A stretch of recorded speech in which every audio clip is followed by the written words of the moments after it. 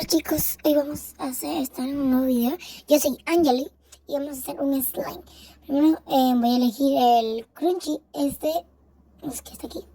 Listo, añadir pegamento blanco, vertir un poco de agua, añadir activador, añadir un polvo de espuma polistero, revolver todo junto.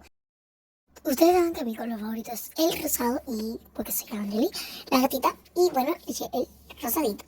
Ya está revueltito, súper lindo, que se ve, no muy lindo porque se ve medio que negro por arriba.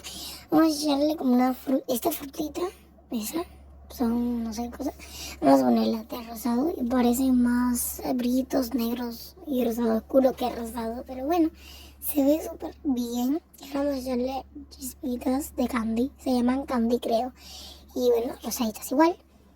Y ahí va quedando el slime. Miren, es un huevo. Ese huevo se llama, no sé cómo se llama, bueno, hay que ponerle el nombre. Como ven, soy fan de Fede y Ani. Y voy a poner gatita Angeli. Angela, puse Angela, pero yo soy Angeli. Listo, ya está puesto mi nombre. Escogí Y. Ahí, y vamos a amasarlo un poquitico.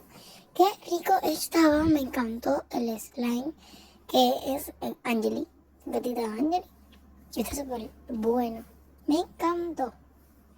Y bueno, espero que les haya gustado el video. ¡Chao!